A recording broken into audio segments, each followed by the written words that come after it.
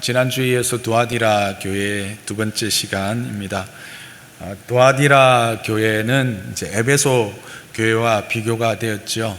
에베소 교회가 잃어버렸던 그 첫사랑뿐만 아니라 믿음의 역사와 사랑의 수고와 인내의 소망들을 굳게 잡아 바른 섬김들을 행하는 그런 교회였습니다. 그러나 그 내부적으로는 스스로 자칭 선지자라고 하는 이세벨의 가르침을 받아서 세속화되어져 버려서 주님의 책망을 받았던 교회입니다. 그래서 이세벨의 가르침으로 말미암아 그들이 그 세상의 것들, 우상 숭배와 또 행음하는 일에 동참하게 되었습니다.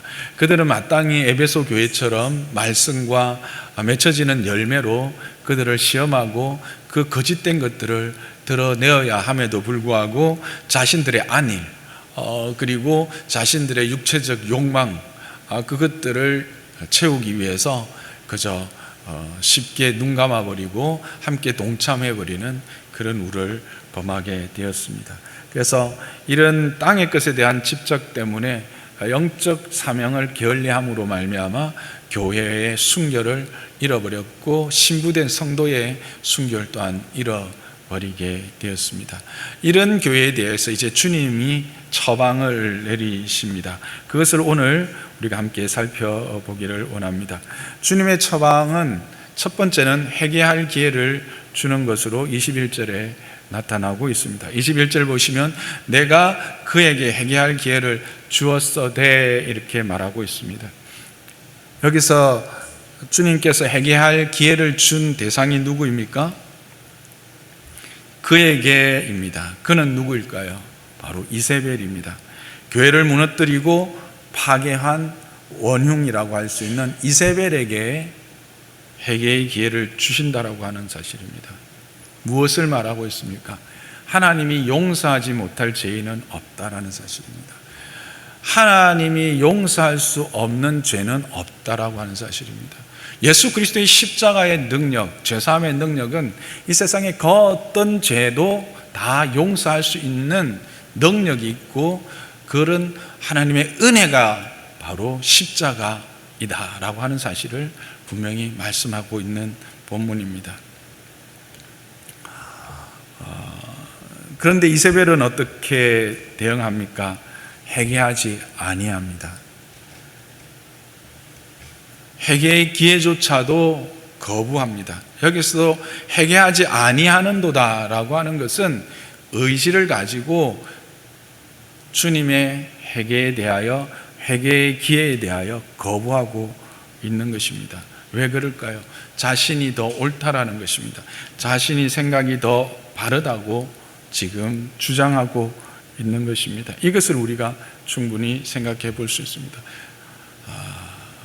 이처럼 주님이 분명히 회개할 기회를 주심에도 불구하고 자기의 고집과 또 자기의 잘못된 생각에 사로잡혀 있게 되면 결국은 화를 자초하게 되는 것이죠. 그래서 이런 회개하지 않는 자에게 어떤 일들이 일어납니까? 그를 침상에 던진다고 말합니다. 침상에 던진다라는 뜻은 뭘까요? 침대에 던진다라는 이야기죠. 이것은 침대에 그냥 누워 있을 수밖에 없는 상태로 만들어버리겠다라는 겁니다. 여러분, 일어나고 싶지만 침상에 계속 누워 있는 상태는 어떤 상태입니까? 병들어 있는 상태요. 큰 사고로 일어나고 싶어도 일어날 수 없는 상태입니다. 그래서 이게 이제 관용적으로 헬라어로는 질병에 걸리다라고 하는 의미입니다. 그래서 내가 병으로 너를 다스리겠다, 심판하겠다라고 하는 겁니다. 그렇습니다. 때로는 우리가 그 질병이라고 하는 것 다양하게 나타납니다. 그러나 하나님 앞에서 우리가 그 이유 없이 특별한 이유 없이 내가 질병에 걸리거나 병중에 들어갔으면 나를 한번 돌아볼 필요가 있다라는 겁니다. 근데 여기서 이제 오해하지 말아야 될 것은 뭐냐면 모든 질병은 하나님의 징계인가? 라고 하는 겁니다. 아니죠. 분명히 아닙니다. 근데 어떤 이들은 이 질병이 다 하나님의 징계요 또 마귀의 술수의 결과다. 그렇게 해서 우리를 이제 몰아가는 그런 이단이죠. 이단들이 있는데 여러분 우리가 참 조심해야 됩니다.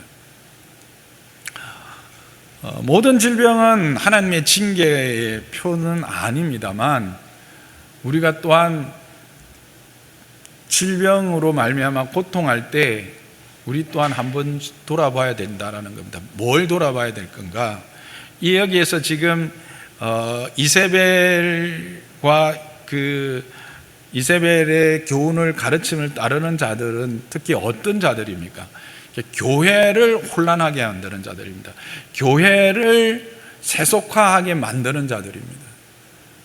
개인으로 적용하면 내 안에 하나님의 의와 진리와 거룩함으로 세워가야 될 성전인 내 육체를 세상의 것으로 오염시키고 세상의 것으로 하나님의 거룩을, 하나님의 그 의를 세상의 것으로 물들어버리게 하는, 혼탁하게 만들어버리는, 파괴해버리는 행위들을 하고 있지 않는가를 돌아봐야 된다는 겁니다. 내 믿음 안에서, 나의 신앙함 안에서 교회를 또는 내 하나님의 성전된 나 자신을 그렇게 행하고 있는 자들에게 때로는 하나님이 어떻게 회개의 기회를 분명히 먼저 주시죠. 뭘로 먼저 주실까요? 말씀으로 먼저 주십니다. 이렇게 설교를 통해서 경고하시고요, 여러분들이 개인적으로 말씀을 읽으면서 또 경고를 받고 자신의 연약함을 확인할 수가 있어요. 자신의 죄됨, 내가 생각하는 것, 내가 주장하는 것, 내가 말하는 것이 이게 교회를 온전케 한다고 나는 생각했는데 교회를 오히려 혼란스럽게 하는 것이요, 교회를 오히려 넘어뜨리게 하는 것이구나. 내가 생각하는 이 정도는 괜찮다고 말하는 나의 생활의 방식, 나의 삶의 태도들이 결국은 하나님의 전인 내 육체를 멍들게 하고 병들게 하고 결국은 파괴하는 것이구나 라고 하는 것들을 말씀을 통해서 분명히 이렇게 확인시켜 주신 때가 있다라는 겁니다. 그럴 때 우리는 어떻게 해야 될까요? 회개해야 되겠죠. 그런데 그렇게 회개를 하지 못할 때는 하나님이 어디까지 몰고 가시느냐? 결국은 우리의 몸이 그렇게 병들어서라도 우리의 몸이 성전인 것과 또 이 교회의 거룩함이 무엇인가를 깨닫게 하신다라는 거예요. 그걸 보게 하신다라는 거예요. 여기에 이러지 않기를 주님의 이름으로 축복합니다. 하나님은 분명히 회개할 기회를 주십니다. 몇 번을 주실까요? 마태복음 18장에 보면 베드로가 예수님에게 묻죠. 형제가 내한테 잘못했을 때 내가 몇 번을 용서할까요? 하면서 자기는 몇 번을 예수님에게 말합니까? 7번을 말하죠. 근데 예수님이 뭐라고 말씀하십니까? 7번을 70번이라 해라. 이거는 뭡니까? 하나님은, 주님은 우리를 죄를 용서하실 때 그 제한이 없다라는 겁니다. 영원히 또한 무한대로 용서해 주신 분이시다라고 하는 것이죠. 그러나 그 용서를 위해서 우리가 하나님 앞에 나아가게 하기 위해서 때로는 하나님이 말씀으로 하실 때도 있지만, 그래서 결국은 안 되면 어떻게 하실까? 때로는 회초리를 드시기도 하신다는 사실을 분명히 이야기하고 있습니다.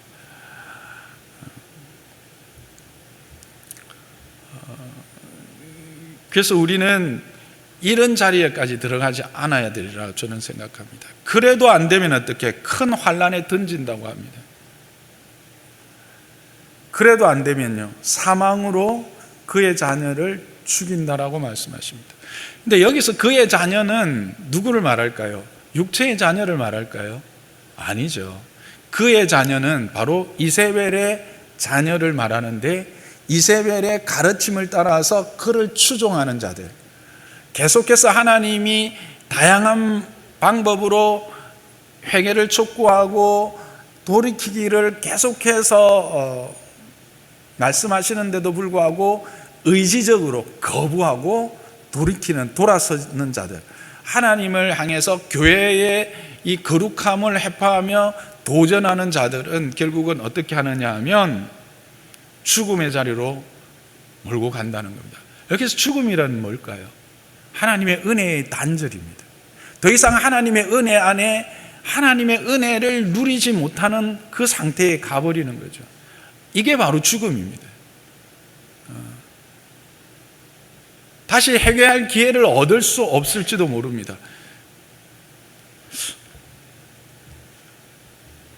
그래서 결국은 어떻게 됩니까? 영벌이 되고 영원한 죽음으로 떨어져 버리게 되는 것이죠.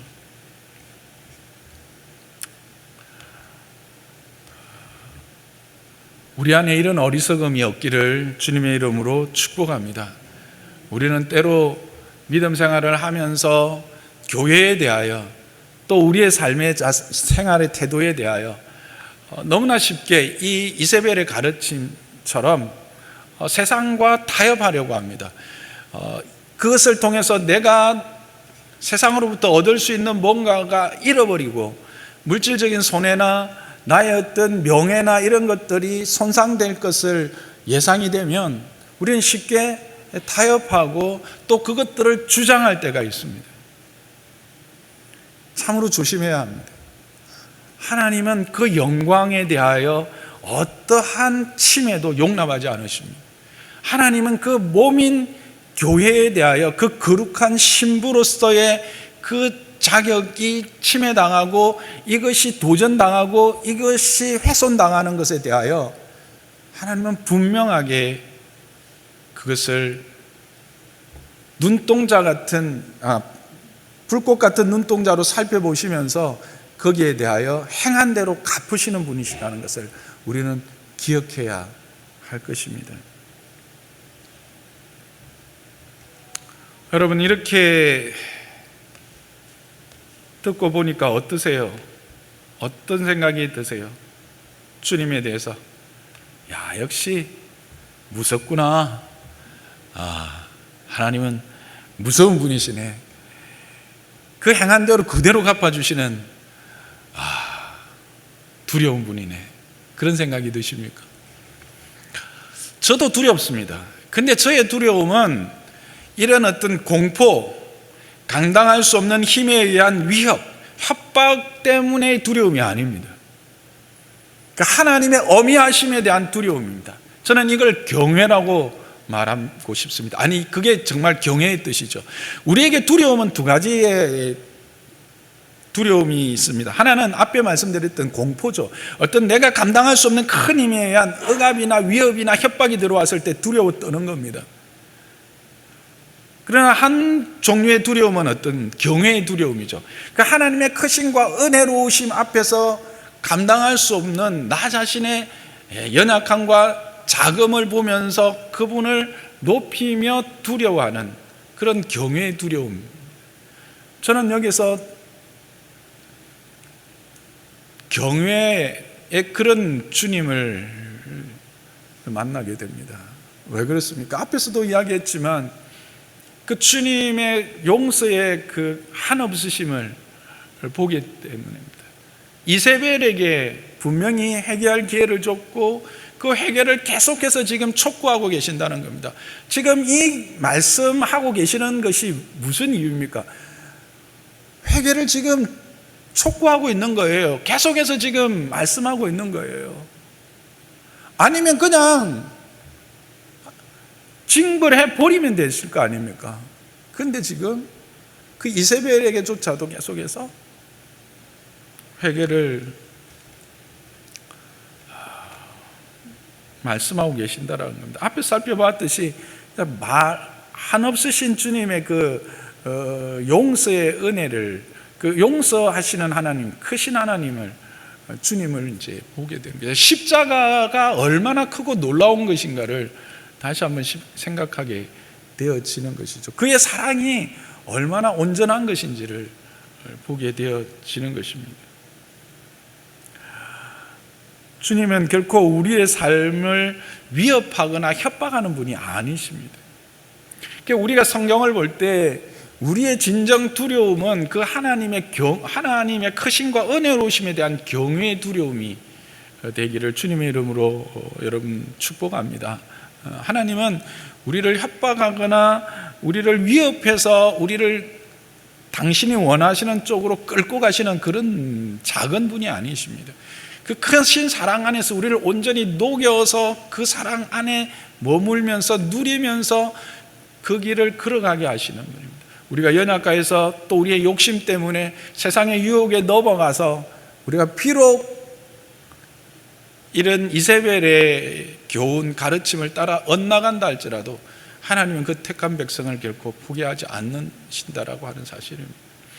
우리 가운데 이런 많은 유혹들이 있었던, 실질적으로 이단의 어떤 유혹을 받으셨던 분들도 있었고 한때 거기에 몸담았던 분들도 분명히 있을 것입니다. 아마 여러분들은 그런 것에 대해서 분명히 회개했고 돌이켰을 것이라고 생각합니다.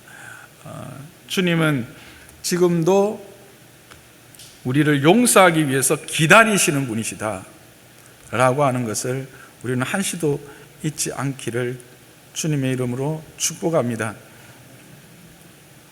결국 우리는 이것을 통해서 무엇을 확인하게 됩니까? 하나님의 크심입니다. 그리고 그는 정말 불꽃 같은 눈동자로 우리의 깊은 곳까지 살피시는 하나님이시고, 그리고 그것에 대해서 반드시 보응하시는 하나님이시다 라고 하는 사실을 우리는 다시 한번 확인하게 됩니다. 그래서 우리는 회개해야 됩니다. 그럼 구체적으로 뭘 회개를 할 것인가? 이 이세벨의 가르침이겠죠. 자칭 선지자라고 하는 이세벨의 가르침인데 그 주된 내용이 뭡니까? 주님과 세상을 겸하여 섬기는 것들입니다. 눈에 보이는 것을 쫓아서 살아가는 겁니다. 영원한 것을 바라보지 못하고 손에 잡히는 것, 눈에 보이는 것들을 쫓아서 내 마음을 뺏겨버렸던 것들을 우리는 회개해야 할 것입니다. 주님 따라가면서 우리가 맞이할 수 있는 그 고통과 또는 손해들에 대하여 타협하는 그런 삶들을 우리는 회개해야 될 것입니다. 우리가 그렇게 회개하면 그는 미쁘시고 의로우사 우리의 죄를 용서하여 주십니다. 우리는 하나님을 포기할 때가 있습니다만 하나님은 우리를 한 번도 포기하신 적이 없다는 사실을 여러분 기억하시기를 바랍니다. 우리는 넘어져도 그는 변치 않으십니다. 우리가 찬양했던 것처럼 하나님은 크십니다. 바위 같으신 분입니다. 우리의 영원한 반석이십니다. 그분에게 의지하는 겁니다.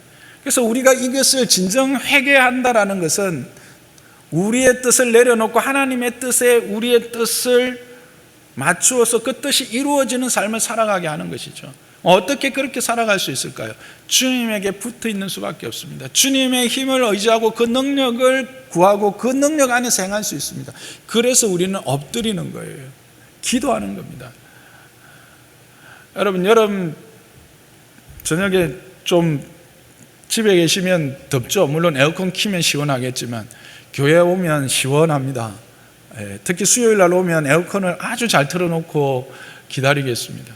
성도와 함께 기도하는 것, 여러분 이 여름에 우리가 다시 한번 기도에 이런 열심을 내어서 하나님의 은혜의 그 경험들을 좀 하는 시간들이 되었으면 좋겠습니다. 제가 여기 초청의 글, 가족 수련회 초청의 글에도 적었던 것처럼 그 우리가 이 여름 하면 저는 하나님의 은혜 안에서 함께 누렸던 그것들이 참 너무 크고 많습니다. 그것들이 바로 말씀과 기도였어요. 여러분 이 여름에 우리가 기도에 한번 전념해보고 그래서 하나님의 은혜를 한번 더 깊이 누리는 시간들 되기를 주님의 이름으로 부탁을 드립니다. 그럴 때 우리의 삶이 더욱더 온전해지고 하나님이 기뻐하시는 그런 삶으로 이 땅을 또한 살아가게 될 것입니다. 또 하나님의 그리스도 주님께서 행하신 일은 이 교훈을 받지 않은 자들입니다. 회개하지 않는 자들에 대해서 주님이 그렇게 반응하시지만 또 교훈을 받은 자들에게도 하신 말씀이 있습니다. 그게 24절과 25절입니다. 그들은 사단의 깊은 것을 알지 못하는 자들이다 말하고 있습니다. 그런데 알지 못한다라는 해석보다는 알 것을 거부한 자들이라고 하는 해석이 더 많습니다. 그래서 아는 것, 알지 아니한 자, 의지적으로 그 가르침을 거부한 자들입니다. 말씀과 그들의 열매를 통해서 분명하게 그것이 잘못된 가르침이라는 것을 알면서 거부한 자들. 여기서 우리가 다시 한번 확인하는 것, 우리는 거짓된 것들을 의지적으로 거부하고 드러내야 될 의무가 있습니다. 우리가 때로는 어떤 이단이나 이런 사람들에게 이렇게 전도를 받는다고 해야 될까요? 하여튼 그렇게 접촉하고 했을 때 그것들에 대해서 함께 드러내서 나누어 주셔야 됩니다. 여러분, 시험을 해보고 거짓된 것을 의지적으로 거부하는 것이 우리에게 필요합니다. 그냥 내가 안 넘어갔으니까 됐지, 그것보다는 우리가 그것들을 나누고 이런 일들이 있더라 하는 것들을 함께 나누어야 돼요. 여러분, 특히 요즘에 이렇게 젊으신 분들 설문조사하는 사람들을 길거리에서 좀 만날 수 있을 겁니다. 조심하셔야 됩니다. 특히 설문조사하면서 이름 적어라, 전화번호 적어라 하면 100%, 여기까지는 100%는 거의 한 100%입니다. 신천지입니다. 그리고 설문지를 받아가지고 그 전화번호로 2번 연락 오고 3번 연락 오면 100%가 아니라 1000% 신천지입니다. 조심하십시오.